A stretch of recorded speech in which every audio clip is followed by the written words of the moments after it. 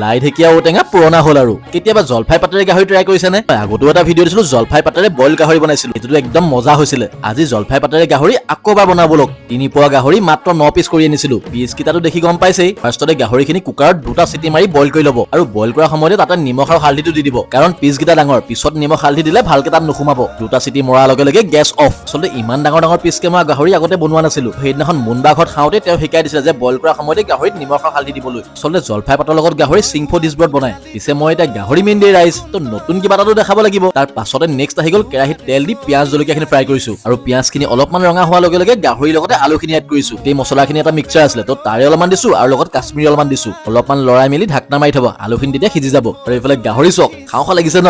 আৰু তাৰ পাছতে পানী অলপমান দি পিনি বিলাহীখিনি এড কৰিছো। এবাৰ জলফাই পাতৰ লগত গাহৰি ভিডিঅ'টো চাই বহুতে ট্ৰাই কৰিছিলে আৰু চবেই ভাল বুলিয়ে কৈছিলে। এতিয়া মই আকৌ এবাৰ কম, এইখিনিও বনাই চাব, এইখিনিও একদম আল্টিমেট হৈছিলে। আৰু এইফালে বিলাহী সিজাৰ লগে লগে মই লাষ্টত এড কৰিছো আমাৰ মুখ্য আকৰ্ষণ, আমাৰ জলফাই পাত। অলপমান টাইম সিজিবলৈ ঢাকনাখন মাৰি থৈছিলো আৰু এইফালে চক জলফাই পাতৰ লগত গাহৰি একদম ৰেডি হৈ আছে। বাকী যিয়ে নহওক গাহৰি মেইন ডে ৰাইচ।